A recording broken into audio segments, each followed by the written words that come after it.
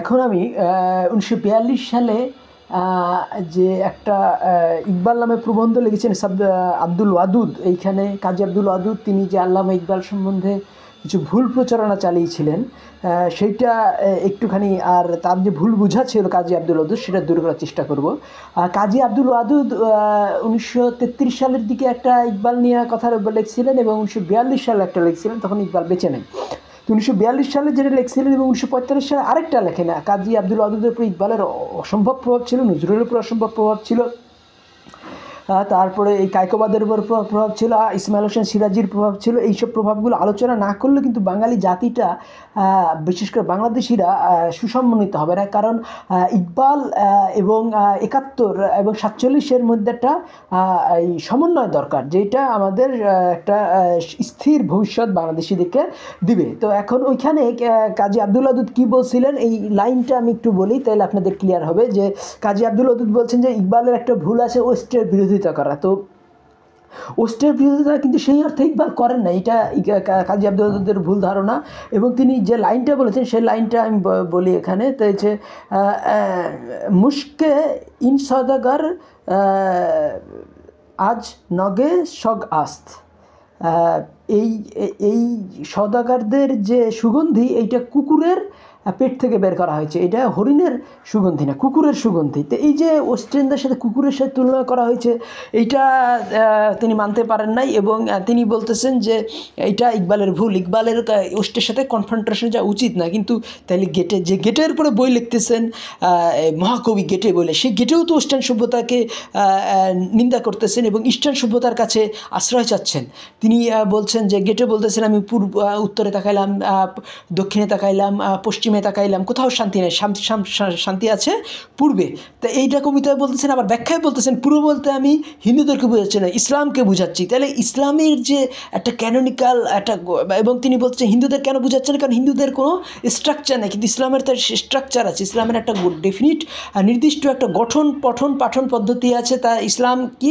ইসলাম হলো আল্লাহ নবী থেকে আসছেন হযরত মুহাম্মদ সাল্লাল্লাহু আলাইহি ওয়াসাল্লাম, এবং যদিও তার আগেরগুলাই কে ধারাবাহিকতায় আল্লাহ নবী আসছেন, কিন্তু আগেরগুলা সে মানসুখ হয়ে গেছে এবং আল্লাহ নবীকে আসার পরে আল্লাহ নবীর আল কোরআনের যে বিধিবিধানগুলো এইগুলোই আমাদের মেনে চলতে হবে। কাজেই Islam very much identical, very much নিয়মকানুনওয়ালা, এবং এই নিয়মকানুনওয়ালাগুলোকেই তিনি গেটে বলতেছেন যে এই উত্তর দক্ষিণ এবং পশ্চিমের যে অব্যবস্থাপনা, অ্যানার্কি। তো এই জিনিসটা বুঝতে হবে। গেটের সময় গোটা ইউরোপ একটা টার্মোইলের মধ্যে দিয়ে যাচ্ছে, সব জায়গায় আফিবাল, সব জায়গায় বিপ্লব, সব জায়গায় উল্টাপাল্টা যে হত্যা, খুন, রাহাজানি, বিশেষ করে ফ্রেঞ্চ রেভলিউশন যে পরিমাণ হত্যাকাণ্ডগুলো ঘটিয়েছিল, তার একটা মানে বিপ্লবের প্রতি মানুষের একটা বীতশ্রদ্ধা চলে এসেছিল। তার আগে প্রোটেস্ট্যান্ট রেভলিউশনের পরে যে 30 ইয়ার্স ওয়ার, জার্মানির দেখা যাচ্ছে 4 ভাগের 1 ভাগ লোক বা অনেকে বলে অর্ধেক লোকই তাতে মারা গেছিলো। তাহলে এইরকম যদি একটা বিপ্লব হয় যে একটা দেশে 4 ভাগের 1 ভাগ লোক মারা যায়, হ্যাঁ কমপক্ষে, তাইলে সেই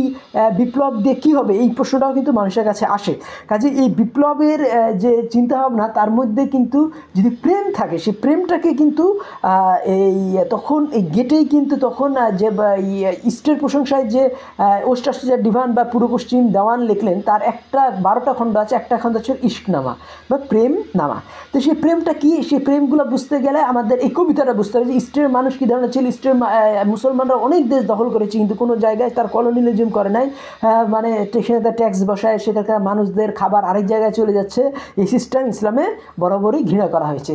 কাজেই ইসলামে যে সাম্রাজ্যবাদ বলবো না, যেমন বিভিন্ন জায়গায় অটোমান এম্পায়ার দখল করেছিল, কিন্তু সেটা কলোনিয়ালিজম ছিল না, যে সমস্ত ট্যাক্স চলে যেত ওই জায়গাটায়, এরকম না। সেখানে আঞ্চলিক উন্নতি হইতো এবং কেন্দ্রের উন্নতিও হইতো। তাহলে এখন আমাদের এইখানে আমরা একটু আলোচনা করব যে এবং প্রত্যেকটা নাগরিকের একটা স্বাধীনতা ছিল, যেখানে খুশি বসবাসের সবাই কিন্তু সমান অধিকার ভোগ করত। কিন্তু দেখা যাচ্ছে যে কলোনিয়ালিজম হচ্ছে কি, ব্রিটিশ নাগরিকদের জন্য এক অধিকার আর ইন্ডিয়ান নাগরিকদের জন্য কোনো অধিকারই নেই।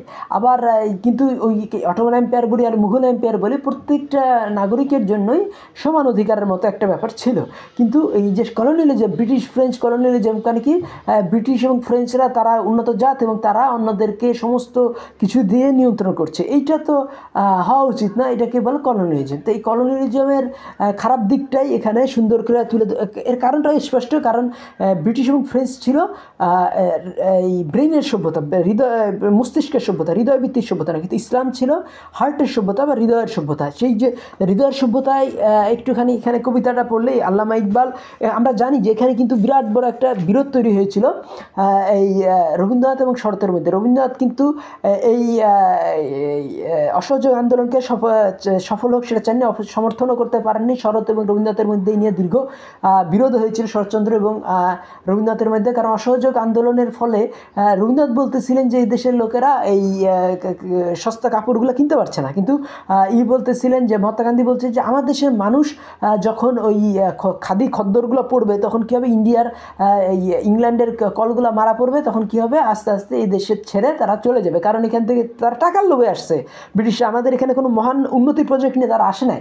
তো এই যে মানে চিন্তাভাবনার যে ফারাক মহাত্মা গান্ধী এবং রবীন্দ্রনাথ, সেইখানে কিন্তু ইকবালও কিন্তু আসলে মহাত্মা গান্ধীর চিন্তাগুলো ইকবালের চিন্তা থেকে উদ্ভূত। ইকবাল কিন্তু চমৎকারভাবেই এই নাম কি খাদি আন্দোলন, খদ্দরের আন্দোলন এবং স্বাবলম্বনের আন্দোলনকে সমর্থন করেছিলেন। কাজে এই জিনিসটা আমরা একটু আলোচনা করি, তাহলে কিন্তু আপনাদের ক্লিয়ার হয়ে যাবে যে ইকবাল কবিতায় কী বলতেছেন। ওই যখন স্বাধীনতা আন্দোলন হচ্ছে, স্বরাজ আন্দোলন হচ্ছে, বা এই নিজস্ব যে এই খদ্দর বা এই স্বদেশী বস্ত্রের যে আন্দোলন হচ্ছে, তখন ইকবাল এই কবিতাটা লিখেছেন।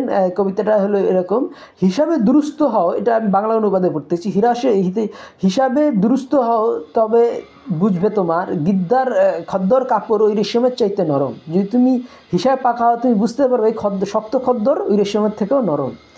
মুক্ত দৃষ্টি হয়ে ঘুরে ঘুরে দেখো কারখানা ওদের, মানে পশ্চিমা কারখানাগুলোকে ইকবাল ঘুরে ঘুরে দেখতে বলতেছে। তা এই শীতে যে কাঁপছো সেই কাঁপুনির হাত থেকে বাঁচতে ওদের তপস্ন বস্ত্রে গা জড়িয়ে থাকতে যেও না। তাহলে শীতে যে কাঁপছো এই জন্য ওদের গরম কাপড়গুলা তুমি গায়ে জড়িও না। ওদের মেশিনের ঘুর পাকে পাকে মৃত্যু কি ঝুঁকি, তাদের মেশিন যে ওদের যত ওই যে এই কলকারখানাগুলো ঘুরতেছে সেখানে কি আমাদের এখানকার মৃত্যু, কারণ ওই দিয়েই ওইখানে লাভ করে, ওই দিয়েই তারা কামান বানায়, ওই দিয়েই তারা এরোপ্লেন বানায়, তারপরে ওর দিয়ে তারা যুদ্ধ করে আমাদের মানুষ মারে, ঠিক আছে। তো এই এখানে বোমা বানায়, বলছে যে ওদের মেশিনের ঘুর পাকে পাকে মৃত্যু কি ঝুঁকি, ওরা খুন করে তার ক্ষত না রেখে একটাও। তাহলে ওরা যে করে মার্ডার করে ফেলে কিন্তু তার কোনো চিহ্ন রাখে না। দিও না কম্বলখানা ওদের লালস তাফতার বিনিময়ে, তো ওদের যে এই গরম মিল্কের কম্বলের কাছে তোমাদের এই পুরনো কম্বলগুলা দিয়ে দিও না, ওই তোমরা খালি ওই গরম কম্বলগুলাতে করো না, কারণ তোমরা নিজেরাই খদ্দর বানাও। তাহলে কি আস্তে আস্তে আজকে খদ্দর বানাচ্ছ, কালকে তুমিও মিল্কের কম্বল বানাইতে পারবা, তুমিও তখন রেশমের বস্ত্র বানাইতে পারবা, ঠিক আছে। আস্তে আস্তে ধীরে ধীরে উন্নতি হবে, কিন্তু স্বাবলম্বন খুদি না বেচ গরিবের নাম পায় দেখা, নিজের গরিব হয়েও তুমি গরিবের মধ্যে নাম তৈরি করো যে না আমরা আমাদের অস্তিত্ব বিসর্জন দিচ্ছি না, আমরা নিজেরা শিখে নেব, আমরা সবসময় পরনির্ভরশীল থাকবো না। তো তবে ওদের মন্ত্রীকে নিতে চেলো না তোমার বোরের ঘুটি, তাহলে ওদের মন্ত্রীকে খাওয়ার জন্য তোমার দাবার ঘুটি তোমার ওই বোরে চালে দিও না। তাহলে কী হবে, যে তাহলে বোরেকে তোমার ওদের মন্ত্রী খাই ফেলবে, এই জিনিসটা বলতে ওদের মন্ত্রীকে, কারণ কি বলতেছে যে এই যে তোমার বোরেটাকে এখন সংযত রাখো, ওরা কিন্তু বেশি পাওয়ারফুল আসছে, তো ওদের যে বিরাট বিরাট কারখানার সাথে আমাদের কুটির শিল্প পারবে না, কাজেই তুমি এই কুটির শিল্পগুলোকে টিকায় রাখো, তুমি জোর করে হলেও তুমি খদ্দেরিগুলো কিনো, ওদের সাথে কম দামে ওই ওদের এই জিনিসগুলো কিনো না। তাহলে কি আমাদের এই খদ্দর যদি আজকে মারা পড়ে, তো এই খদ্দর থেকে যে বড় বড় শিল্পগুলো সেটা হবে না। তো এই যে খদ্দেরের যে আন্দোলন, সেখান থেকে কিন্তু বোম্বের বিরাট বিরাট যে আজকে যে বিরাট বিরাট ইন্ডিয়ার যে কাপড়ের কলগুলো, সেই খদ্দের আন্দোলন থেকে কিন্তু দাঁড়িয়েছিল। তো ওই সময় যে এই যে যারা টাটা বিড়লা, তারপরে এই নাম কি বলে এই মানে এই যে টাটা বিড়লা, তারপরে ওই নাম কি আদমজি, তারপরে এই আরও যত ওই বড় বড় ইন্ডাস্ট্রিয়ালিস্ট আছে, তারপরে আরেকজন বড় ইন্ডাস্ট্রিয়ালিস্ট হয়ে গিয়া ওই যে ধীরুভাই আম্বানি, ওরা কিন্তু ওই ওদের যে বংশধররা ওরা কিন্তু সব ব্রিটিশ আমলে নিজস্বতা থেকেই কিন্তু তারা ওই কারখানাগুলো তৈরি করতে পেরেছিল, এবং মহাত্মা গান্ধীকেও কিন্তু তারা এই ইন্ডিয়ান ইন্ডাস্ট্রিজরা টাকা পয়সা সব কিছু দিয়া হেল্প করতো, কারণ তারা দেখতো যে আমাদের স্বাধীনতা হলে পরে আমাদের ইন্ডাস্ট্রিগুলো ভালো করে বিকশিত হবে। আর ব্রিটিশরা আমাদের ইন্ডাস্ট্রি বিকশিত করতে চাচ্ছে না। তাহলে এখন আমরা দেখবো যে ওই কথাগুলো, ইকবালের ওই কথাগুলো, কিন্তু এইখানে রবীন্দ্রনাথ যে ব্রিটিশের পক্ষে বলছে তার পিছনে হয়তো ওই মানে তিনি যে ব্রাহ্ম এই ধর্মটাও কাজে লাগছে। কারণ শরৎ তো রবীন্দ্রনাথের সাথে নাই, এবং শরৎ যখন স্বাধীনতার পক্ষে এই লিখলেন পথের দাবি, তখন কিন্তু ইরা নাম কি বলে এই ব্রিটিশরা শরৎকে খুঁজে বেড়েছে জেলে নেওয়ার জন্য। তখন কিন্তু শরৎ রবীন্দ্রনাথকে সাহায্য করার জন্য বলেছিলেন, কিন্তু রবীন্দ্রনাথ উল্টা ইকেই বকাবকি করে, শরৎকে বকাবকি করেছিলেন যে তুমি এত স্বাধীনতার কথা লেখলা কেন।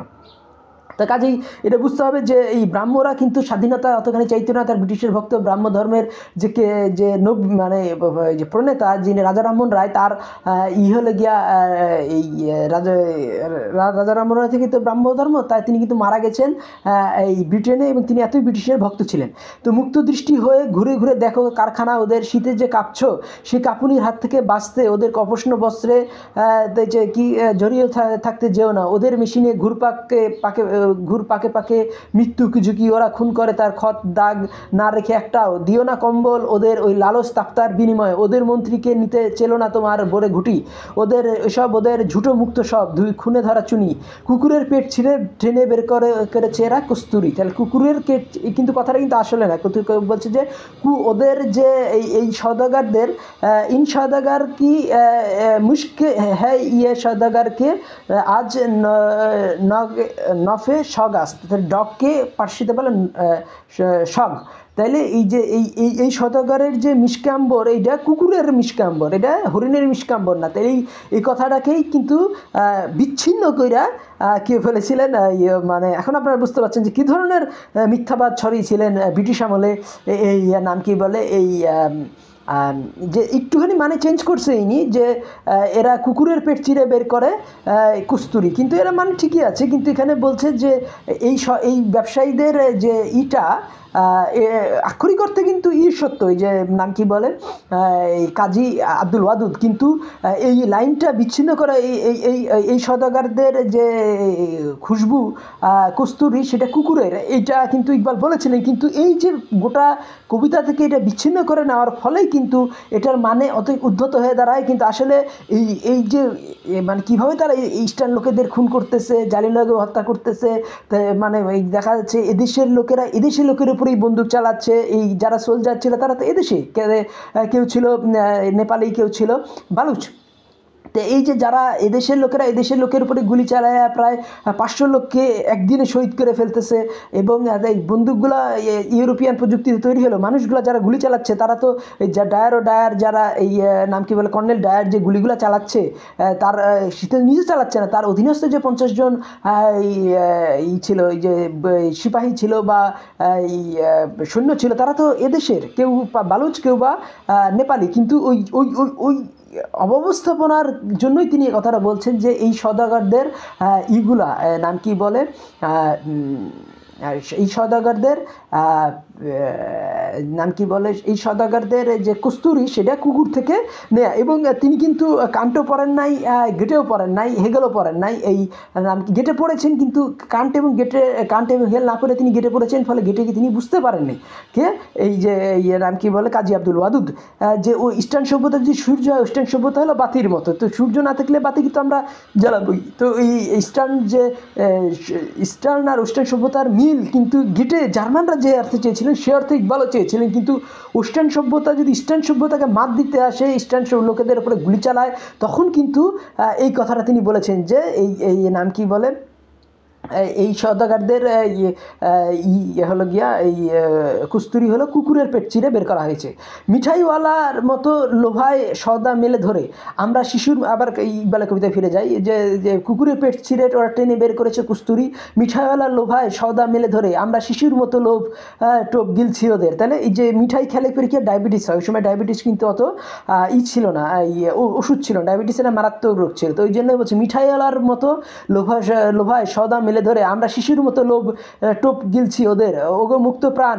তাহলে এই যে মিঠাইওয়ালার মতো যদি আমাদের দ্বারা শিশুরা কি বুঝে, এখন মিষ্টি পেলেই খায়, কিন্তু মিষ্টির মধ্যে ভালো না খারাপ এটা তো বুঝতে হবে। সেই মিষ্টি আজ কিন্তু এতদিন পরে এই চকলেট এগুলো খাওয়া খারাপ, এটা যারা ক্যান্সার বিশেষজ্ঞ, যারা বিশেষজ্ঞ, তারপরে যারা এই ডায়াবেটিস বিশেষজ্ঞ, তারা কিন্তু এই মিষ্টি খাইতে নিষেধ করতেছে। তারপর বিভিন্ন রকম টিউমার, অসুখ বসুখ বিভিন্ন রকম এইগুলো হইতেছে বেশি মিষ্টি খাওয়ার ফলে। তো ওই যুগেই কিন্তু তিনি মিষ্টি খারাপ দিকটা বলতেছেন যে মিঠাইওয়ালার মতো লোভায় সওদা মেলে ধরে আমরা শিশুর মতো লোভ টোপ গিলছি ওদের, ওগোমুক্ত প্রাণ শোনো, আপন যা মাটিতে যা জন্মায় তাই খাও, তাই পড়ো, বেচাকেনা করো শুধু তাই, প্রাজ্ঞ ধর্মপ্রাণ লোক নিজের যে খেসখানি বুনে নেন নিজ হাতে। তাহলে যারা নিজের জামা, জ্ঞানী মানুষ নিজের জামা নিজেই বুনে নেয়, তাহলে কী হবে, ওয়েস্টার্নরা আমাদের এখানে এসে শাসন করতে পারবে না, টাকা পয়সা পাবে না, বোমাবাজি আর এই বন্দুক তৈরি করা আর এই বিমান তৈরি করা আর বোমা তৈরি করার টাকা তারা ওই কারখানা থেকে পাবে না।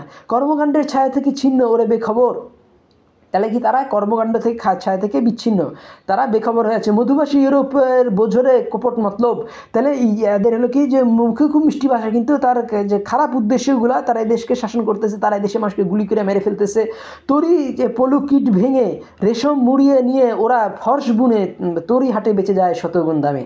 বলছে এরা তো তোমার দেশ থেকে তারা কি করে, ওই যে নাম কি বলে রেশম কিটের যে গুটি আছে, সেই গুটি তোমার এখান থেকে নিয়ে ভাঙে এখান থেকে বাইন্দা, ওই নাম কি বলে রেশম বাইন্দা, তারপরে কি হয় রেশমের যে সুতাগুলা নিয়ে বুনে তারপরে 100 গুণ দামে তোমার কাছেই বিক্রি করছে। তাহলে এই যে ফপর দালালি, এই যে খারাপ দিকগুলা, যে এই যে মানে অন্যায়ভাবে ব্যবসা করা, যে ব্যবসাটা মানে অত্যাচার সামিল, সেই ব্যবসার বিরুদ্ধে ইকবাল দাঁড়িয়েছেন, একেবারে চমৎকারভাবে বুঝিয়ে দিচ্ছেন। তাহলে এখন কি বোঝা যাচ্ছে যে উত্তর ভারত দক্ষিণ ভারত কেন রাজনৈতিকভাবে বা অর্থনৈতিকভাবে গোটা ভারতের রাজধানী হয়ে উঠল এই কবিতাগুলোর দ্বারা। এই কবিতায় কিন্তু ইকবাল ওয়েস্টার্ন শ্রেষ্ঠ দার্শনিক জার্মান দার্শনিকদের আলোচনা করছেন এবং ইস্ট আর ওয়েস্টের মিল চাচ্ছেন, এবং সেই মিল কিন্তু ইস্ট যেখানে সূর্য সেখানে বাতি, ইস্টের শ্রেষ্ঠত্বই সেখানে বজায় রাখছে। কাজেই